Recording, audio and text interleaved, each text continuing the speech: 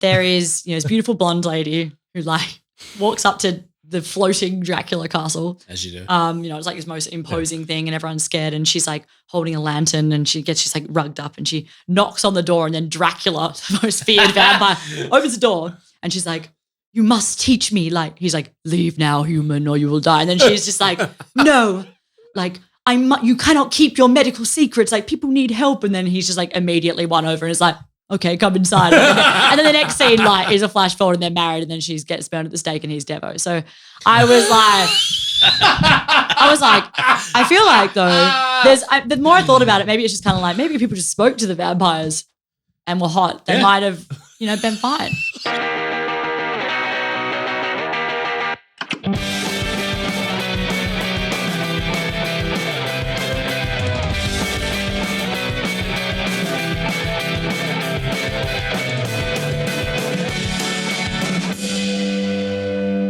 Hello, and welcome back to Gateway to Anime. How are you all? What's going on? Charlie, what's up? Hello, nice to be back. Not much is up, but we're here to talk about not anime, but you'll see. Yes. Kind of anime. Anime adjacent. Yeah. Anime adjacent. Yeah. Graeme, welcome back. Thank you. Good to have you. Had a lot of pretenders in my seat recently, so Couple of false prophets. usurpers. So it's good to be back. It's good to have you back, mate. It's good to have you back. So this week, we are talking about Western animation. Now, let's try and put this into some kind of context. So obviously there's a lot of Western animation, of course, but we want to talk about shows which are very similar to anime being made in the West. And one of these shows in particular, well, two of them actually, are very easily mistaken for anime.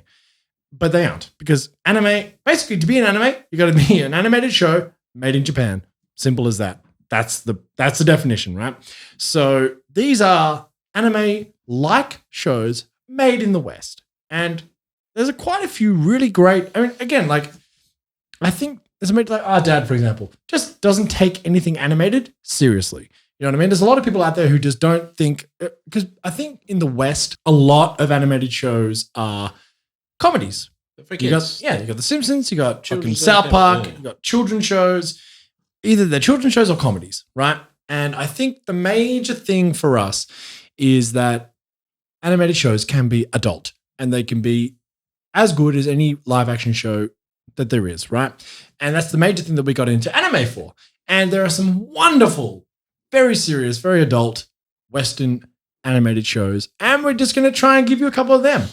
So let's start off with what is quite possibly one of the most anime-like Western shows. And that is, of course, Avatar: The Last Airbender. Graeme, take it away, my friend, please. A great show. Great show. Would you say it's adult though? It's a family friendly. It's one of those ones I think would. No, it's a fair call. It deals in very adult themes. Yeah. Like there's a real, I think I was watching the YouTube channel, can't remember what it's called, Wisecracks. Oh yeah, Wisecracks, yeah. And they had a brilliant video about how Avatar: The Last Airbender is one of the best representations of war. The thing, like, refugee, suppression by the state, like, the sort of frenetic sort of following of a cult leader into war. But anyway, let me just give you the synopsis and breakdown. Water, earth, fire, air. Long ago, the four nations lived together in harmony. Then everything changed when the Fire Nation attacked. Only the Avatar, the master of all four elements, could stop them. But when the world needed him most, he vanished. Then 100 years passed, and my brother and I discovered the new Avatar, an airbender named Aang. And although his airbending skills were great, he still had a lot to learn before he's ready to save anyone. Great. The good news is if you ever need a reminder, it's at the start of every episode. Every episode. So if you ever every episode. Not as bad as Black Clover do it, and it goes for a minute every time. Dude, Hunter Hunter's fucking Chimera Ant arc. Oh man. Oh my god. One of the best arcs in anime, but holy crap. Also, the opening of Avatar, that's one of the most iconic. That's iconic. That was an iconic. So good. Like you start with the water or fire. Yes. I mean, that tells you everything you know. Like, so every element is represented has a nation, and every nation has a culture, and that sort of boils down to even specific sort of fighting styles, which you'll see in the intro. Like you'll see the grounded sort of earth element, you'll see the frenetic fire element, you'll see the flowing water and the sort of evasive air. Like everything is boiled down into that first like 4 seconds of the anime to give you like, maybe not everything, but it sort of places you in the cultures that are going to be sort of represented. And I love it. Dude, it's one of the, because you're right. Interesting point you made, Charlie. Like it is quite kid friendly, right? Yeah, that's what I is, mean. it It's is, definitely a highly acclaimed, really brilliant show. I'm not saying Yes. it's like for kids. I just mean it's actually universally, like it would be good for a large demographic. Like kids could watch it. Yeah. Adults could watch it. Yeah. I mean, The tweens could watch. I don't know. it's tweens. Tweens? Elderly, love it. It's one of my favorite shows. Like it's not just one of my favorite animes or cartoons. It's one of my favorite shows. Yeah. Brett as well. It's It's huge fan. Yeah. Like one of the reasons I sold him on getting on this podcast was how much he loved Avatar. And he was like, oh, well, if it's like that, then I can get into it. And I was like, yes, it is. Show And me. then when we finally did an episode about Avatar, we went, you know who we're going to give it to? Graeme. Yay! Welcome. Sorry about that. Brett's still away. He's coming back. Don't to worry. be salty. He will. It's 100% on Rotten Tomatoes. It's 94% on IMDb. Is it really? Like it's Yes. it's Fuck. it's praised. Like Oh, no. I mean, I love it. I think a great show. Such a good fucking show. It's I haven't watched it for a long time. I watched it sort of back when it was, in its heyday, I guess. But yeah, it is one of those great combinations, and you can give it to. It is a gateway show. It is the ultimate gateway show. And if you 100%. aren't into anime, I think you can easily give someone Avatar, even though it's not actually an anime. You can get people into anime through it. easily. Because there's so many influences of anime and Yeah. anime shows Yes. and shonen as a genre and things like that obviously are very borrowed for Avatar, but they do it very well. And I think with like the added layer of our Western style of storytelling, so a lot of things Yeah. like we often talk about the humor, which might be different for Japanese culture versus like the humor, which still is in Avatar, but it's a bit more kind of Yeah. like what we're used to and grew up on. Yeah. Because it's not dissimilar to Full Metal Alchemist Brotherhood in a way. Story like how big it is and like kind of the magic system is not massively different. The bending of elements isn't massively different from alchemy. But yeah, the big difference is the humor. I think, the humor, like, it's hilarious. Like, every time I think of there's a scene where Aang goes to some fishing village and they're like, oh, you're the Avatar, do something. And he's like, well, watch this. And he just like starts floating 4 pebbles around and he's like, it's just like, and then there's like, one of the villagers is just frothing at the mouth and he's like, oh, he faints. They've never seen airbending because it's 100 years post it, but Yes, the one element that's disappeared, right?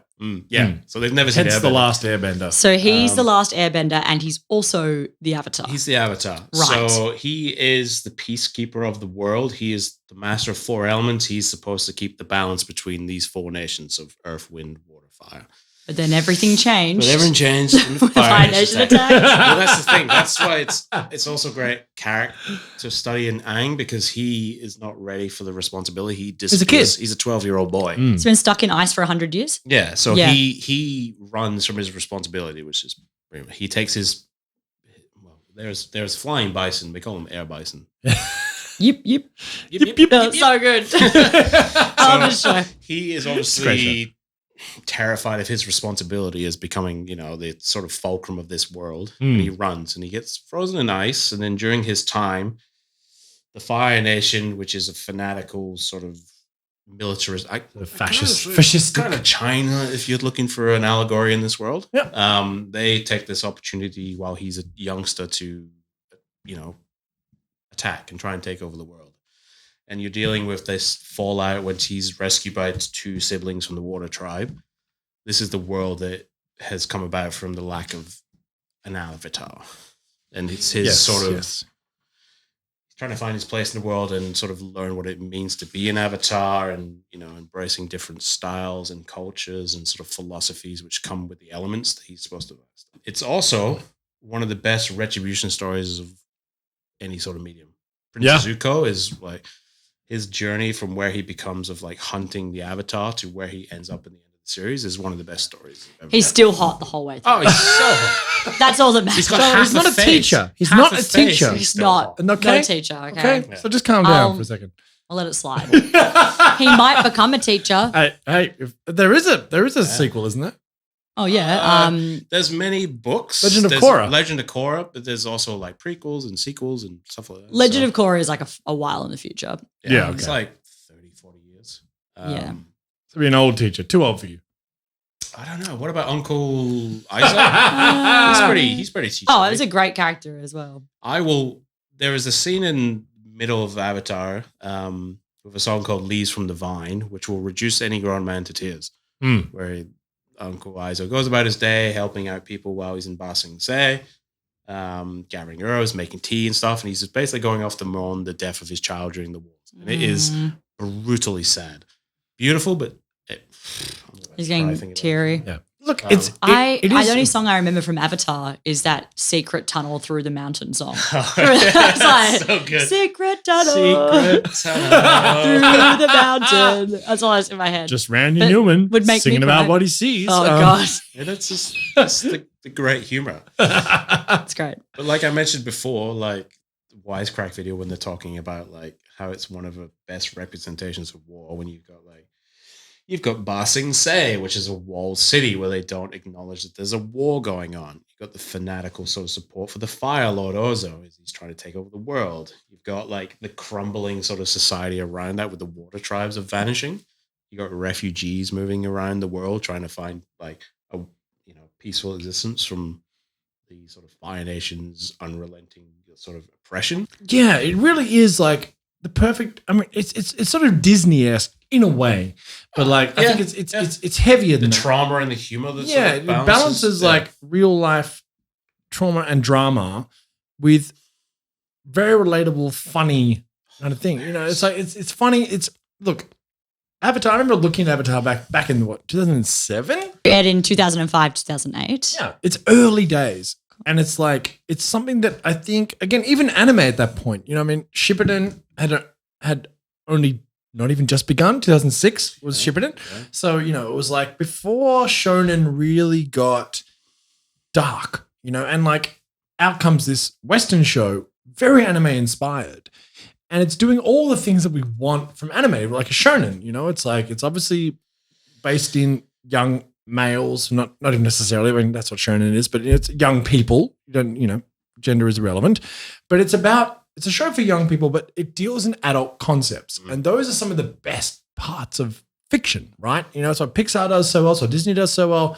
It's what all these great anime shows does well. And Avatar does it so fucking well because it fucking hits you, man. Like, And a simple power system. so simple. Yeah. Where you're so literally like, clear. And Water, earth, Fire. fire. Yeah. It's so good. And it's like, I mean, you love it too, right? it's great. It's funny though, because I watched it when I was in high school. I really enjoyed it then, but then I was just one of those kids that was, you know, like, I remember. sorry, I prefer anime. Like I'm a bit advanced. Like I was kind of like, I was like, do you watch? I all my friends were watching. It was like on after school. So everyone would watch it and then talk about it. And I'd be like, yeah, but like, Is it is it Naruto? Naruto? Yeah. Like, I don't want to talk about How it. many shadow So I clones really can Aang make? I really resisted it for ages because I really felt like it was personally attacking anime. It's offensive to you? I was offended by. Oh my god, no! I was kind of like, oh, what? Like too mainstream, ha ha ha. Anyway, flash forward, I have since watched it and thought it was fantastic. But I will say that I think just because I've watched so much anime and that is what I'm used to, I kind of prefer things to be a bit more anime-esque, whereas I kind of miss it from Avatar a little bit. Sure. However, I do think it is a brilliant world, brilliantly told. They wrap it up well as well. Like it's a well-told story. They nail the landing, which is rare. Yeah. And anime, not many do. So it's nice to have something that does. Yeah. It's Full Metal Alchemist Brotherhood level ending, you know, like It's fantastic. it's a really good ending. But what element are you? Ooh. Fire. Earth. Me or you? Not me. You're Yeah, Earth yeah, yeah. for sure. For sure, Like for sure. Are any Yeah, of the main fire. characters Earth? Toph, the blind Toph. kid. Yeah. I'm gonna go fire. He was so good that she think I'm fire as eventually well. learns Yeah. to bend metal. And it's like, Yeah, that's the best. Yes. It's a good moment. That's the best. Yeah, I'm a fire, unfortunately. Yeah, we're both fire. The Fire Nation Definitely. attack. Fire Nation attack. so bad. a couple of Fire Nations. Damn. Couple of fiery boys over here. Yeah. Look, it's a great show. Honestly, like it is as far as a gateway show is concerned, if you are someone who is listening to this who is like got a partner or a friend who you want to get into anime, even though it's not actually anime, this is such a good starting point because it has the Western sensibility, but it has all the elements of anime, which you will get into with a shonen later on. So I think it's a really good way to get someone in. Yeah. You'll laugh, you'll cry. Yeah, it's just good. You'll just fight good your media, brother you know in what I a mean? Just- fiery battle with lightning. Easy. Got it all. How had the creators or anything cited like influences directly from anime, or are we just kind of assuming that I mean, just based We on what just we're assume, watching? really. Yeah. I'm pretty At sure this it's just point, an assumption. 2005, I think we just assume. Yeah. It was Nickelodeon, so Yeah, it was. They're actually they've apparently now Nickelodeon have got an entire studio dedicated to Avatar content. There's heaps in the works. Wow. Avatar Studios, yeah. Avatar Studios. Yeah. There's a whole were studio. producing the Netflix series, but the creators left, so. Oh, well, we all remember the film that M. Night Shyamalan made? Stunning. Oh! Stunning work. Don't watch that, No, for the love of don't- God. Don't ever watch that. We are doing an episode very soon about Western adaptation of anime, and But, it'll come up. yeah, watch Look The 'em Legend of Korra. Legend of Korra is very good as well. Legend of Korra is great. Doesn't get as much love as Last Airbender, but I it's liked very it. good. They did that thing where they try and do the modernization of the Society of Watch, which and like it is, I think, like, similar to Boruto, Yeah. where you're kind Yeah. of like sort of miss the old stuff. Like, the magic of that is gone a bit. I mean, I'm not comparing. Obviously, Korra is way better than Yeah. Boruto. It's not Oh, fair. yeah. And a brilliant queer storyline there. It's actually really It's cool. really good. Well, that's Yeah, true. like Really good. honestly, That's the true, yeah. representation in Avatar in general is Yeah, fantastic, and that's it true. is After worth she watching. tries to hook up with the main male protagonist and this male protagonist, and then you don't need it. You don't need them. Don't need it. Less males. He was one Agreed. left out in the cold. Oh, he was a firebender as well. He was. Damn it. Never get the But, girl. there's heaps of graphic novels. There's a bunch of actual novelizations that are more geared towards adult readers Oh, cool. about Kyoshi Island and stuff like that, which Really? is brutal. It also gives me real Hunter vibes. 100%. Yeah. Yeah. It's like if you do get into anime via Last Airbender, Avatar, go next to Hunter x Hunter because it's straight like so similar. That's you know, still my like- thing where I haven't actually. You haven't done Oh, Hunter you x Hunter, have should. you? It's Dude, fantastic. I've watched 3 or 4 episodes. Ah, dude, it's so good. Next There's a giant Isolation. fish. But it'll be on us Next soon. Isolation. Next Yeah. Isolation. 7,000 cases Yeah. in Sydney today. Oh, it's a good Yeah, time. just line it up. By the way, this is our first episode of the new year. Actually, very exciting. 2022. Mm. We are doing this episode. It's a show no, from we're actually 15 years filming it we're actually doing it in 2021. But this when it comes out, this will be the first of 2022. Who knows how things are going to go? But You not might good wake right now. up dead tomorrow. The kids could call you Hoju. Anyway, Avatar: The Last Airbender, massive Hunter x Hunter vibes, Full Metal Alchemist Brotherhood vibes, Naruto, Bleach, One Piece, all of these things it evokes. Such a good watch. So worth watching. Demon Slayer for sure. Demon Slayer. Particularly with the elemental. All the big stuff. shonen stuff. Yeah. You know, it's a Western shonen, really, is what it is. And it's fucking good. It really, really is. Now, Charlotte, let's talk about something a little bit more modern. Well, I mean, is it? It's an adaptation of something a little Something less a modern. little bit older. So actually, Yeah. before we get started, Sam and I are both going to talk about series that are on Netflix that are adaptations of Yeah. video games. That's true. Oh, we're into Western the video animation. game territory. And I think Our that time. it's interesting because I really am intrigued by how live action adaptations of video games always suck. Like Yeah. they've never, like even Yeah. worse than the anime ones. Like, Oh, I tend to ask people about this when I meet them because people try to argue with me when I say that. I go, there's never been a good, as in critically acclaimed and commercially successful in the same hit video game adaptation, Mhm. live action ever. And then people always try and argue with me and everyone always says Resident Evil. And I'm like, was it not any really. good? No. No. There's a few good Bad. scenes, Bad. but Yeah. no. But that's the games are closest fucking we've sick. probably got. Yeah. We've got like The Last of Us coming out, but I'm honestly, I've got a lot of theories, but it seems that there is a lot of stuff around like the video games might not be the best material to adapt from because obviously you're playing as first person, you're kind of like part Yeah. of the game as It's when opposed it comes to the point where you're, especially nowadays, when you've got like The Last of Us, you've got really strong narrative-driven games anyway.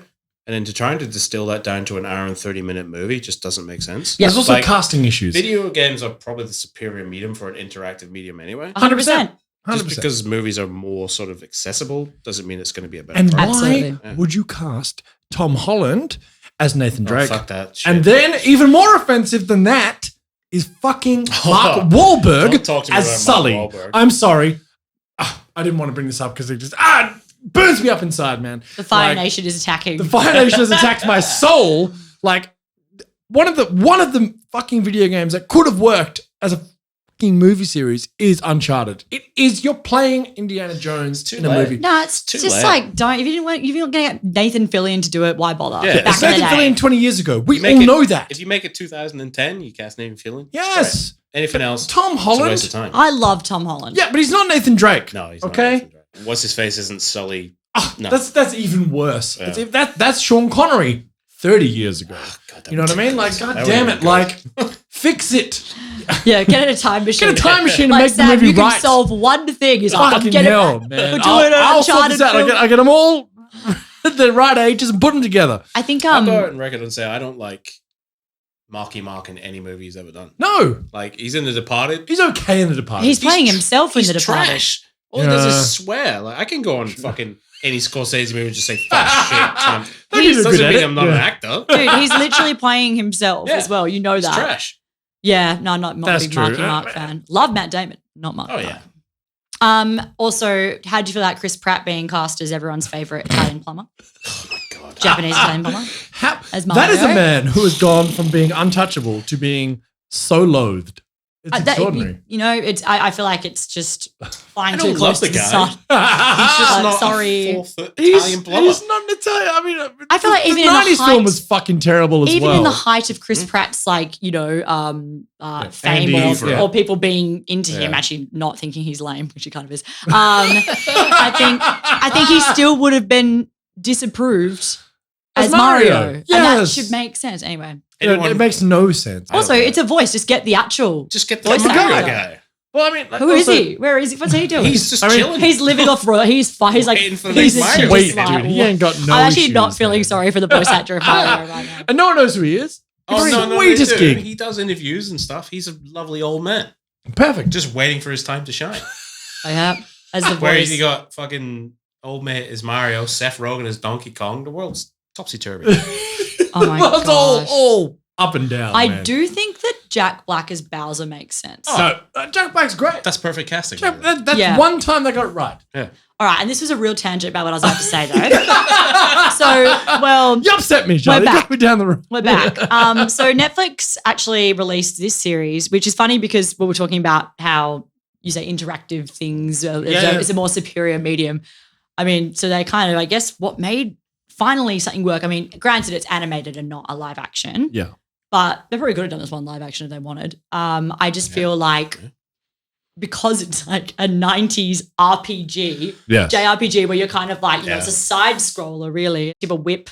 You got a whip. Yeah. Sometimes you have a sword. I'm, of course, talking about Castlevania, Castlevania. which is a beloved video game franchise, which from is Konami. it got adapted into a TV series in 2017 for Netflix. And yeah, it's definitely got roots in anime. Oh, yeah. Actually, there was Deep. part they had anime makers on the team. Yeah, they really didn't hide that. They went straight down the line for like, this is a Western anime, and it's sick. It's pretty good. So I'll give you a quick synopsis of the actual show, but then Sam also knows a lot about this, so I'll probably throw to him a bit as well. But yeah, basically you follow Trevor, who belongs to his name is Trevor, right? It's the worst thing. Yeah, no, I was like, Trevor, I have demons. My name's Trevor. the family Belmont were the family Belmont. Fuck, Family Belmont. sounds like The Finn family Belmont. Hunting demons outright set. wow. Yep. So basically, he's from a long line of vampire hunters, but they are all gone, and he's the last standing. Yes. He's the last of his line. Follow him as he traverses through a world which is being ravaged by vampires because the church decided to burn Dracula's human wife at the stake, claiming that she was a witch. So the Yeah. opening of the show is actually this lovely woman. You love this opening, don't you? Okay. Before I even get into it, I'll actually have to go back. So I'll just say this. The end of Okay. synopsis is basically Trevor is traversing his way through a world that is ravaged by vampires because Dracula has lost his shit Oh, because they killed his wife, who was a human who got accused of being a witch which of course. because she's Fair. like Also, medical fuck the practitioner. church, right? Fuck the church. Oh, the church were definitely the bad guys the whole way through, even more than the In vampires. all. It's very walks of rare that life. I'm on the side of the apocalypse, but this time I was like, Yeah, Guys fair kinda enough, dude. deserve Fuck this. those guys. Like, Yeah, Dracula was off it. yeah. was- Look, he had a point to perhaps prove. overreacted a little He bit. definitely overreacted a little bit when he Just a touch decimated when the he's like, whole. the hey, whole hey, world? You guys Yeah. burned my wife at the stake. You know who's to blame? Everyone. And he goes insane. Yeah, it's Yeah. but But look, you know, the whatever. opening here sequence, I always just laugh at it. Like I remember I was just like, classic. Yeah, we need to talk about this. It's But great. there is this beautiful blonde lady who like walks up to the floating Dracula castle. As you do. It's like this most imposing thing, and everyone's scared. And she's like holding a lantern, and she's like rugged up, and she knocks on the door, and then Dracula, the most feared vampire, opens the door, and she's like, "You must teach me." Like he's like, "Leave now, human, or you will die." And then she's just like, "No, like you cannot keep your medical secrets. Like people need help." And then he's just like immediately won over, and is like, "Okay, come inside." And then the next scene like is a flash forward, and they're married, and then she gets burned at the stake, and he's Devo. So I was like, I feel like though, the more I thought about it, maybe it's just kind of like maybe people just spoke to the vampires and were hot. They might have, been fine. Just included them in community activities. And she was interested in his research. So obviously it was based off a video game series, right? So obviously American adult animated dark fantasy action streaming TV series. I do like that for a sentence. Netflix produced by Federated Studios, Powerhouse Animation Studios, Shankar Animation, Project 51 Productions, Mua Films, and Konami. Quite a team. Oh, massive team. Behind this. That's quite some So heavy hitters. it's in there. based on the Japanese video game series of the same name by Konami. The first two seasons adapt the 1989 entry, Castlevania 3, Dracula's Curse, and follow Trevor Belmont, Alucard, and Cypher as they defend the nation of Wallachia from Dracula and his minions. Basically, that's it. Additional characters and elements from the 2005 entry, Castlevania Curse of Darkness, are featured beginning in the second season, and Alucard's backstory is drawn from Castlevania Symphony of the Night, 1997, on PS1.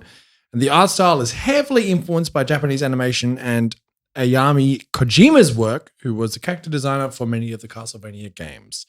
So, yes, the series was originally planned as a film developed by producer Kevin Coldy and his company Project 51. Coldy had a contract for a script with writer Warren Ellis in 2007, and the project entered development hell until about 2015 when Adi Shankar boarded the project, and it was picked up by Netflix. Powerhouse Animation Studios joined the team and production commenced. So based off a bunch of games. And you're right, a really good game I adaptation. don't think I've ever played it. No, I mean, I missed it too. Like, it was, I'm a huge Konami fan. Like, my favorite game series of all time is called Suikoden by Konami. They're laughing because we're going to do a JRPG episode, okay? And I'm going to talk about Suikoden. Problem is, I called it Suikoden my whole life. So did all of my friends who played it. And one of the guest who comes on this show will call it Suikoden as well, because we damned if we're changing now. I'm going to correct him. Oh, that was so good. But for the love of God, the game is called Suikoden. That's how it's pronounced. Suikoden. It burns me up inside. Suikoden. But Suikoden Of course it's Suikoden. should be You called. fool. We've called it Suikoden because you know what? We didn't know Japanese or Chinese fairy or Chinese myths back then. Apparently, when we were 7, forgive me. Anyway, the game So Suikoden. Suikoden. Yeah. is one of my favorite Konami series of all time. And Konami in the 90s were fucking on fire. You got the Metal Gear series, you've got fucking Suikoden, you've got Castlevania, all these fucking, like, it's just non-stop Konami. They suck now. It's all about gacha games. It's terrible. But fucking Castlevania was massive, and I missed it. I missed it even on it was on the NES, it was on the Super NES, it was on the, I can see the boxes. I can see the image in my head. Symphony of the Night, massive game on PS1, but just missed it somehow. Yeah. Lace, vampires, and Yeah. love soundtracks. I can see it all. But it's sick. So let's talk about. It's funny though, because you don't, just a disclaimer, if you're going to be put off by watching it because you haven't played the game, none of us have played the game. And I feel like if anything, Didn't the matter. game, it's just like, it's kind of, it works really well as its own standalone medium. And that's And also the one that Sam's going to talk about, I think is the same. Like Doesn't you matter. go in blind, and this series is strong enough, the characters are strong enough, but I feel like if you're a fan, you'd be having a great time because you'd be like, oh, it's his whip from there, or like, from Symphony of the Night. oh yes. I mean, I knew about the whip, Yeah. the chain, the whip, the whip. Chain. Whip. Chain whip. It's a chain whip. Yeah. Yeah, it's got a little thing on the end of it. Morning Star. Yeah. Morning Star. Yes. Well done. So let's talk a little bit. I just mentioned the production team a little bit, but let's talk about the writer, who is a very famous person, but we'll put a little disclaimer on this. So Warren Ellis was the primary writer of all 4 seasons of this show. I believe they're about to do a new season because it obviously ran for 4 seasons starting in 2017, finishing last year, 2020. And a new series in the Castelvania universe is in works to Netflix, which will focus on Richter Belmont, a descendant of Trevor and Cypher, and Maria Renard during the French Revolution. So that's the next thing coming out. But Warren Ellis will not be writing that show for reasons that we'll explain. But he did write these first 4 seasons. So Warren Ellis is a British comic book writer and novelist and screenwriter, best known as co-creator of several original comic series such as Transmetropolitan, which ran from 1997 to 2002, Global Frequency, 2002 to 2004, and Red, 2003 to 2004, which was adapted into feature films Red, 2010, and Red 2, 2013, which had Helen Mirren, Bruce Willis. Yes. He steps out of a spinning car and shoots someone. God, That's he does, correct. doesn't he? That's correct. I love that. I'll watch it on YouTube later. Absolutely. I just got reminded of that. Just straight to YouTube out of this. Ellis is the author of Crooked Little Vein, 2007, and Gun Machine, 2013, and the novella Normal, 2016. He's also written a lot for Marvel, including Astonishing X-Men Thunderbolts, Moon Knight, and the extremist story arc of the Iron Man, which was the basis of Iron Man 3 movie of the MCU. He also wrote video games, Hostile Waters, 2001, Cold Winter, 2005, and a game that I have played, Dead Space, 2008. Oh, you wrote Dead Space. You did. Ah. So Warren Ellis is a bit of a fucking gun, right? It's so confusing. Is there an Australian musician called Warren Ellis? He played, not to be confused with Warren Ellis, who plays the violin for Nick Cave in the Bad Seeds. Not him. Not him. That's why I was so confused. I was about to be like, different guy. Yeah. Now, before we jump any further into Warren Ellis, and Graeme, you are a big fan of his work. Warren Ellis has been accused of, allegedly has some allegations against him for sexual impropriety, using his position to coerce women into situations they might not want to be in. So that's basically what I'll say on the situation here. and so he's been removed off the show. He has been removed from the show for this reason. And he's had a few other books cancelled, a whole bunch of things changed. Again, I don't want to get too bogged down in this because this is not a topic that I particularly want to broach. That's what I'll say on that. But Graeme, tell us about Warren Ellis. Really strong writer, has, a huge body of work in the comic world. Like, as you said, he's, Marvel, DC, does a lot of stuff for Image Comics. Like Transmetropolitan is like a seminal piece of work that he does where it's basically following an investigative journalist in the future. Yeah, he's one of my favorite writers, to be honest, and is, devastating as it is. You can't really have any heroes in this world. But his work is kind of seminal. If you've ever picked up a comic, his fingerprints are pretty much everywhere.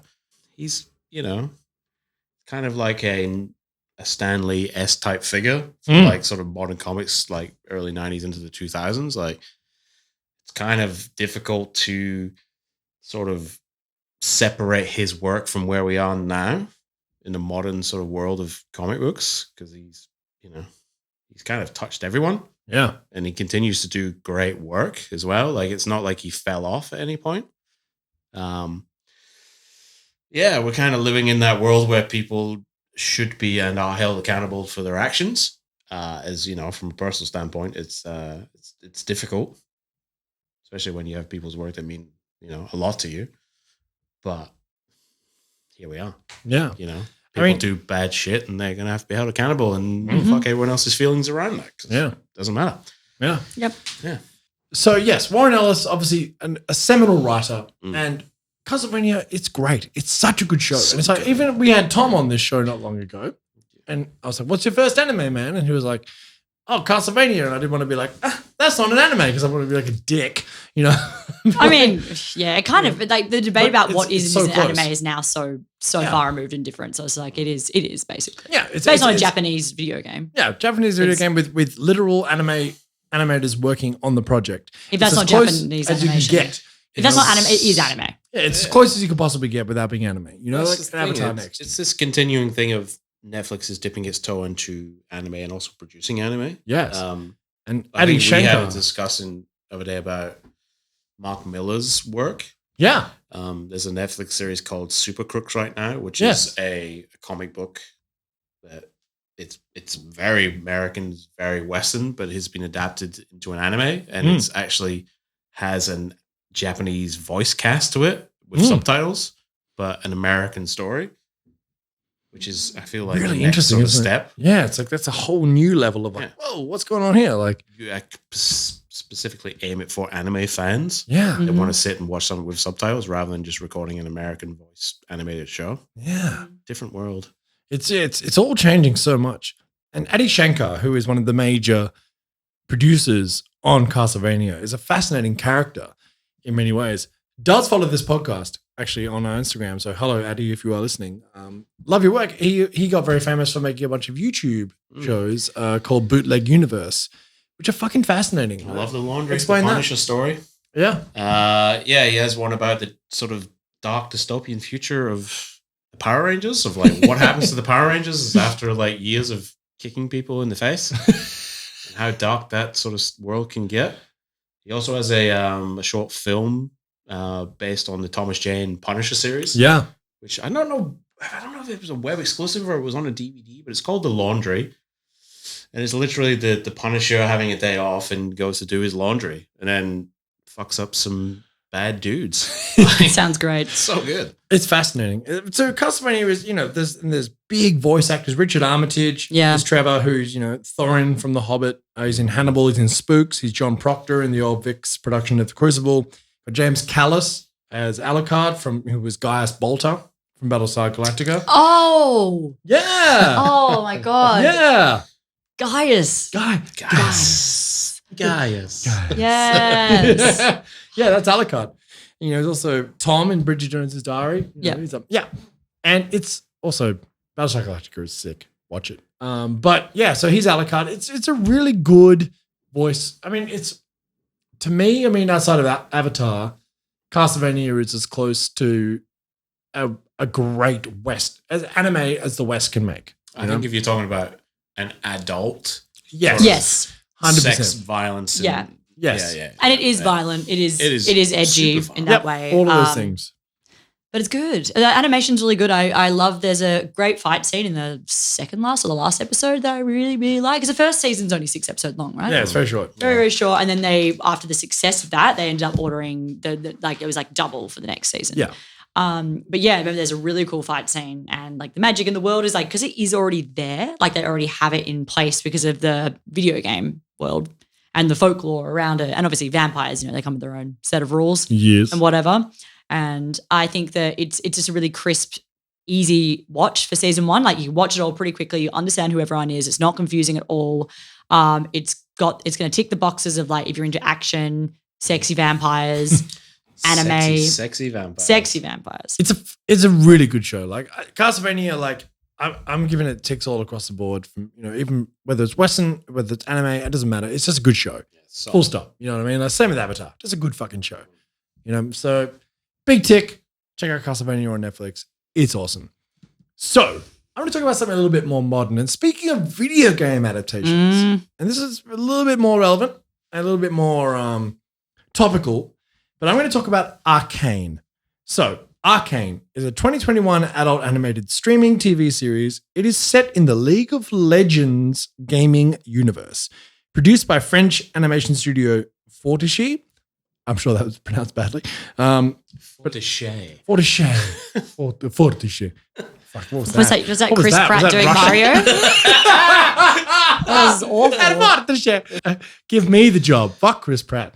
Anyway, animation studio Fortiche, under the supervision of Riot Games, set in the past relative to the League of Legends universe. Arcane serves as a prequel to the game and retells the origin story of several in-game characters. The show was in production for 6 years and had a budget of $150 million. They made business when they made this.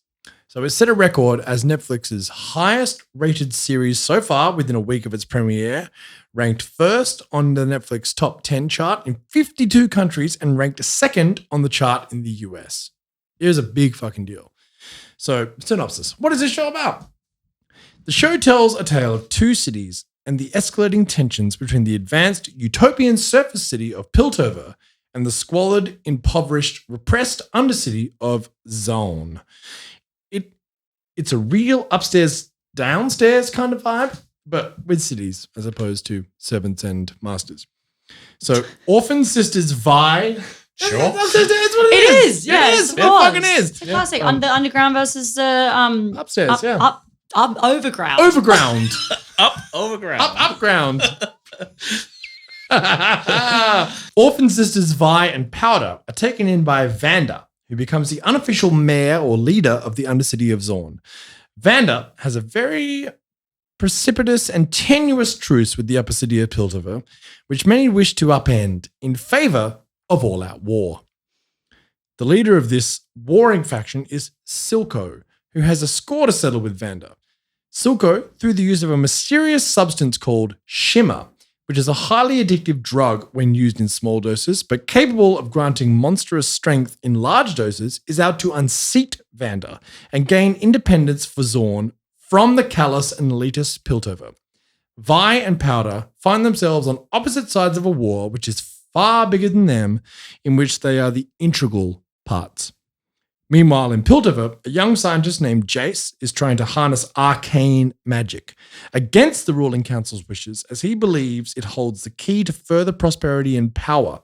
The council, however, see it as a dangerous road which has been trod by civilizations in the past, which has led to their ruin. And there we have the two warring places. We have two different stories going. Upstairs, downstairs. Downstairs. It's Well, they all swap around. it's Downton Abbey, baby. The League of Legends League of Downton Abbey. Legends Downton Abbey is actually what this fucking show is. Look, it has 100% rating on Rotten Tomatoes. 100%. 100%. It's really good. It's really fucking good. And I know nothing. Actually, I was about to ask you, can you please explain to me League of Legends? Yes, I can. What? Okay, yes. I'm glad can. you asked. I'm very glad you asked this question. Thanks. Have I planted the Strap in, audience? folks. Hi, Sam. Could you please tell me about Look, the we didn't history actually of organize League this of Legends? beforehand. So, League of Legends is a 2009 multiplayer online battle arena, MOBA. That's what MOBA stands for, by the way. It's a video game developed and published by Riot Games, inspired by Defense of the Ancients, a custom map for Warcraft 3. So Dota, which went on to become its own massive game, Dota 2, Riot's founders sought to develop a standalone game in the same genre. So both Dota, which is a massive game in and of itself, and LoL, both came from make your own map version of Blizzard's Warcraft 3. It's the whole thing. So Right, yeah, easy. What? no, it's fucking bizarre. Anyway, since its release in October 2009, the game has been free to play and is monetized by purchasable character customization. In the game, 2 teams of 5 players battle in player versus player combat, each team occupying and defending their half of the map. Each of the 10 players controls a champion with unique abilities and differing styles of play. During a match, champions become more powerful by collecting experience points, earning gold, and purchasing items to defeat the opposing team. In the game's main mode, which is called Summoner's Rift, a team wins by pushing through to the enemy base and destroying their nexus, which is the large structure located within. And the view is isometric, so it's sort of top down. Now, it's sort of like you have and there are so many, there are 157 different champions you can pick, all of which have different abilities. So you've got 5-on-5, and they've got to kind of sort of run at each other in the middle. Then there's these things called lanes, and you've got the main lane and you've got the side lanes. And you've got to pick how you run these lanes and what abilities your character has, which complement each other. It's fucking complicated, right? It's not a game you can just pick up and go, I'll play League of Legends. Can you play solo or you have to play a team of 5? Have to play a team of 5. Oh, I don't have 5 friends. No, you get dropped into a bunch of 5 randoms, and they will abuse you. Yeah, can I play can't. the They will game. abuse you for being can a play the noob. game where it's just you controlling your character and you just run it.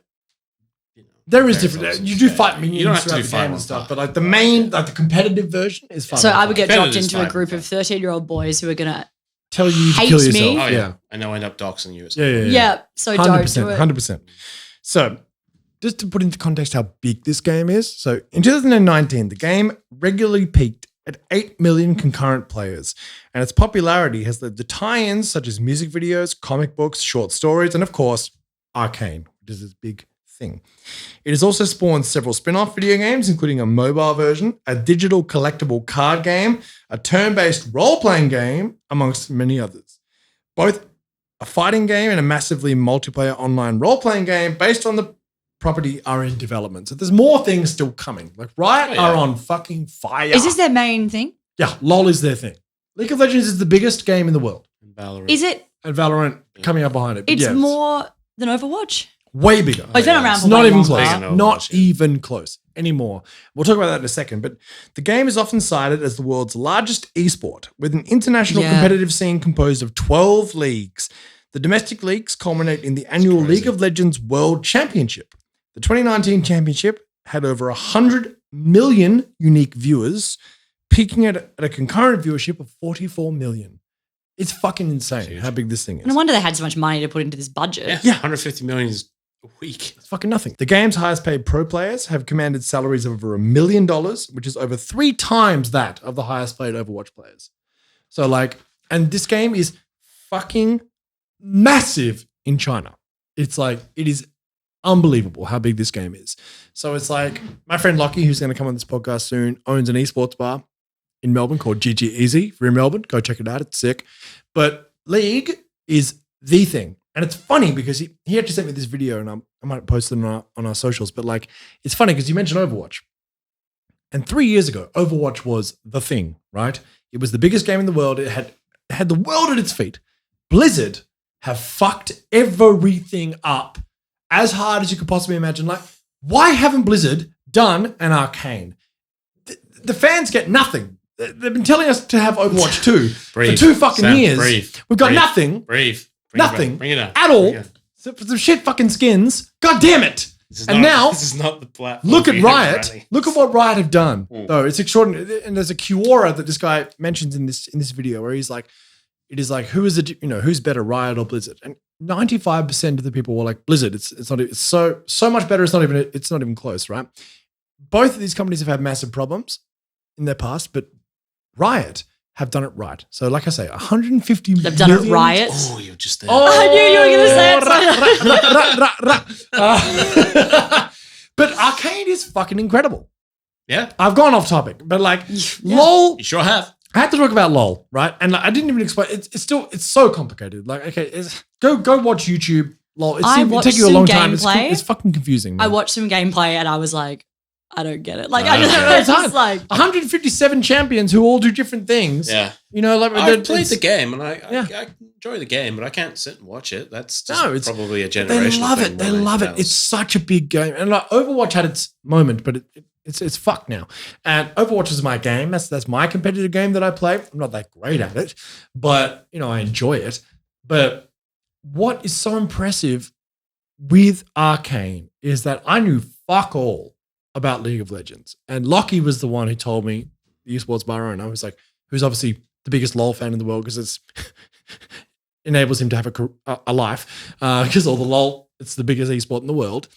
And he was like, watch Arcane. And I was like, no, because I'm a recalcitrant asshole. And he's like, no, watch it. And I said, nah, dude, LOL sucks.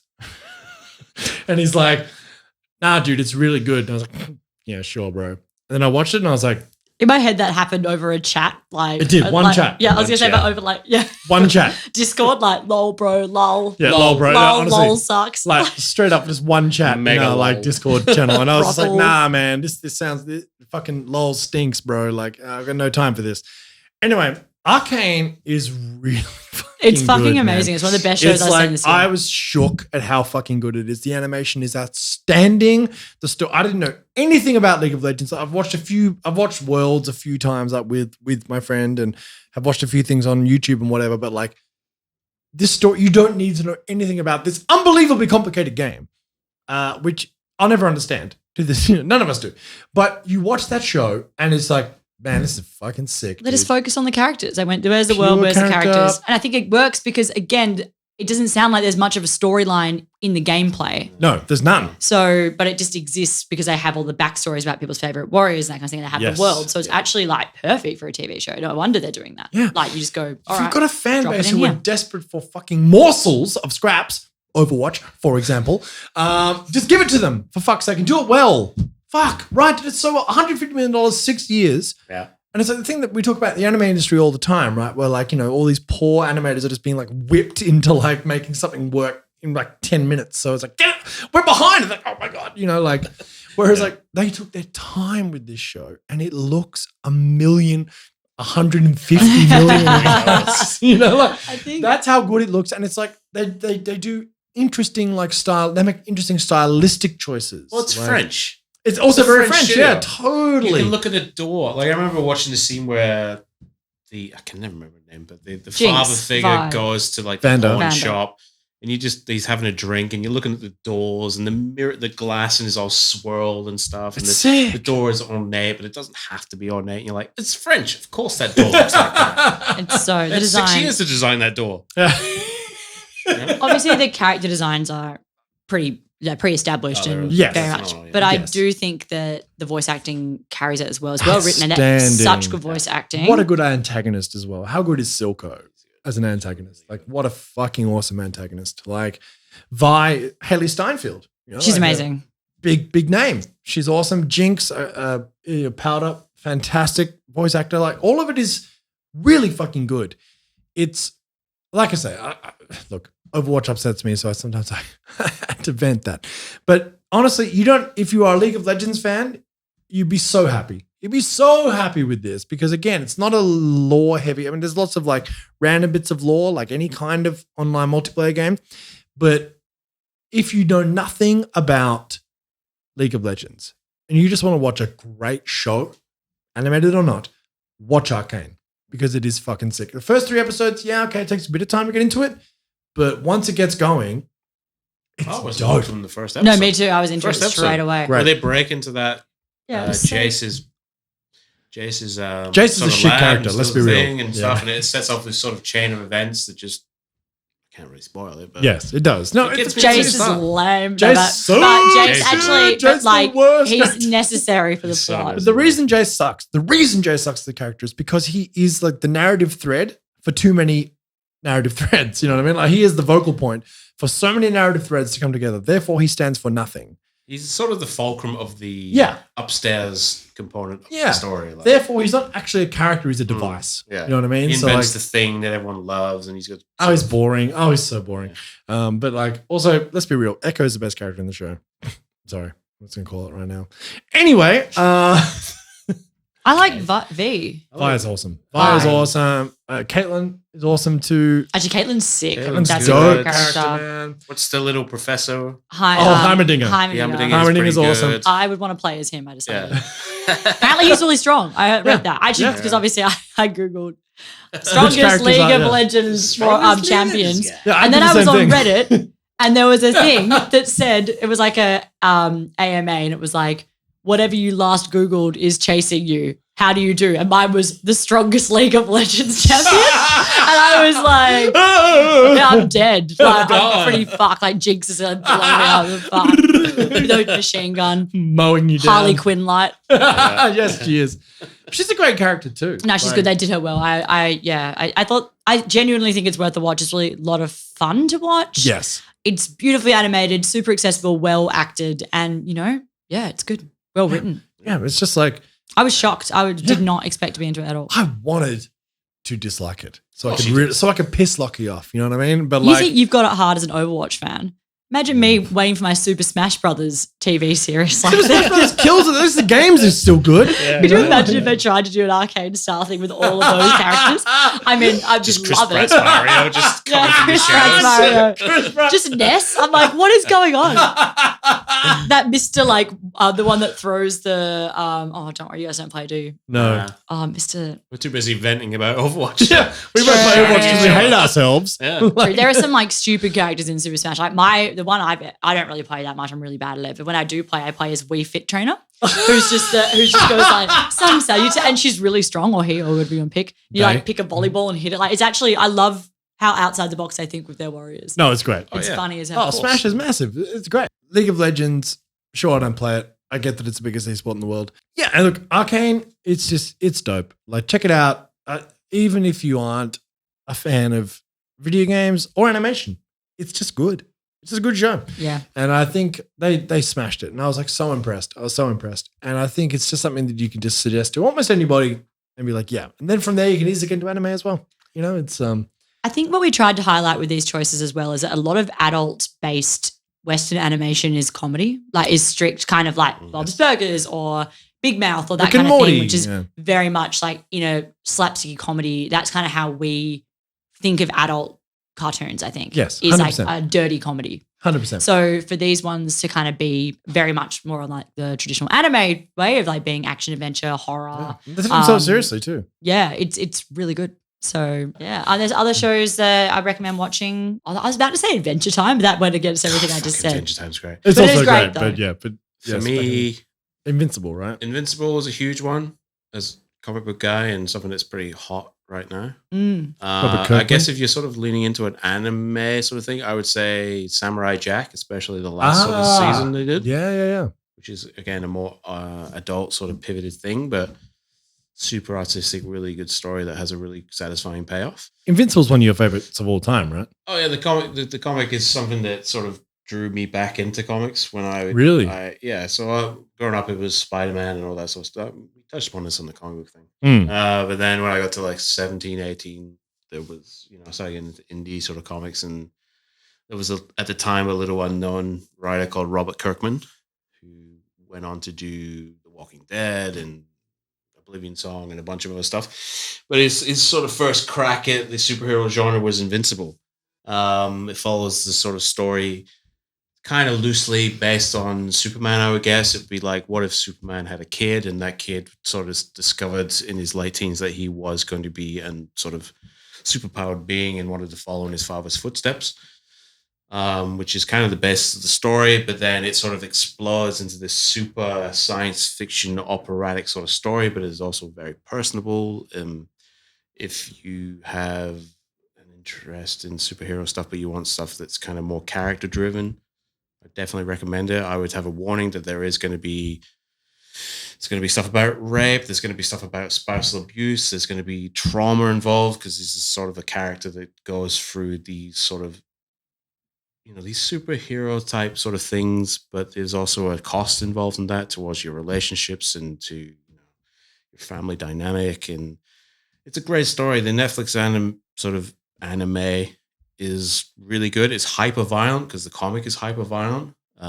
It's very traumatic, but it's also super well done. The voicing cast is amazing. It's J.K. Simmons, isn't it? And J.K. Simmons plays the dad. Guy from Walking Dead, Glenn. Oh, I can't remember his name. But there's some Seth Rogen's in there. All right. Is it, because I thought, and I know nothing about it, when I saw the ad, I thought it was like a comedy, like a dark comedy. Like there is definitely some funny stuff, because it does it pulls apart the sort of superhero world and pokes fun at some things that you're like, that's kind of dumb, and because it's this stupid sort of fucking genre when you boil it down. So there is a lot of comedy in there, but there is a lot of trauma. And is it similar to The Boys? I would say it's probably not as because The Boys is kind of grounded, that sort of thing. It's about a team of people that sort of, when a superhero steps out of line, the boys come in and basically kick the shit out of them. Mm-hmm. It's definitely it's got more of a sci-fi space opera kind of vibe. Cool.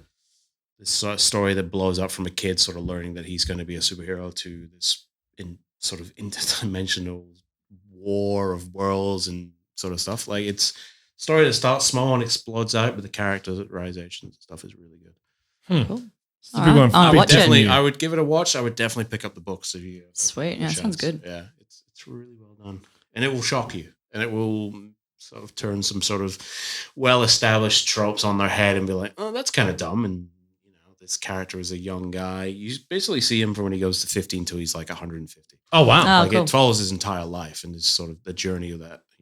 Great Wow. expectations Yeah. that make it Mm. a superhero. Definitely worth a read. Definitely worth a watch. Well, there you have it. There is our Western animation episode. So that is our little look into what Western shows are anime-esque. So if you like anime, also these are gateways into anime, funnily enough, because again, they're Western, but they are shows which are very heavily influenced by anime, or if they aren't, in fact, heavily influenced by, are very similar to. So I think these are really great ways for you to get into anime if you are someone who isn't. But if you're also an anime fan and you haven't gotten into this stuff, check it out because it's really, really fucking cool. And it's, incredibly similar to anime shows that we've talked about countless times before on this show. And we just want to talk about it because it's just, and also, they're fucking good shows. All Damn good four of these shows. shows are really, Really really good. And, again, our part of the show is about us talking about something that we love, which is anime, but it's also about just taking animation itself, not just from Japan, but animation as an art form seriously. And I think these are 4 shows which will really get you involved in oh, wow, it's more than just a dark comedy like a Rick and Morty or The Simpsons or South Park or Bob's Burgers or whatever. So I really think these are 4 great shows for you to check out. Graeme, thank you so much. First show of the year. So good to have you back, my man. you. Thank you. It's good times. Of course, as usual. Charlie, always a pleasure. G'day. So we'd like to thank our patrons who are so integral to this show. Thank you so much for helping us out. If you want to join, you can. But we want to thank Stuart. We want to thank Christian, Ian, Alex, Samantha, Caroline, and Stuart. Thank you so much, guys. It means the world to us. Beautiful, sexy people. The best people. The best people. The best The best people of the people. is true. So thank you all so much. We'll catch you next time. Have a good one. Bye.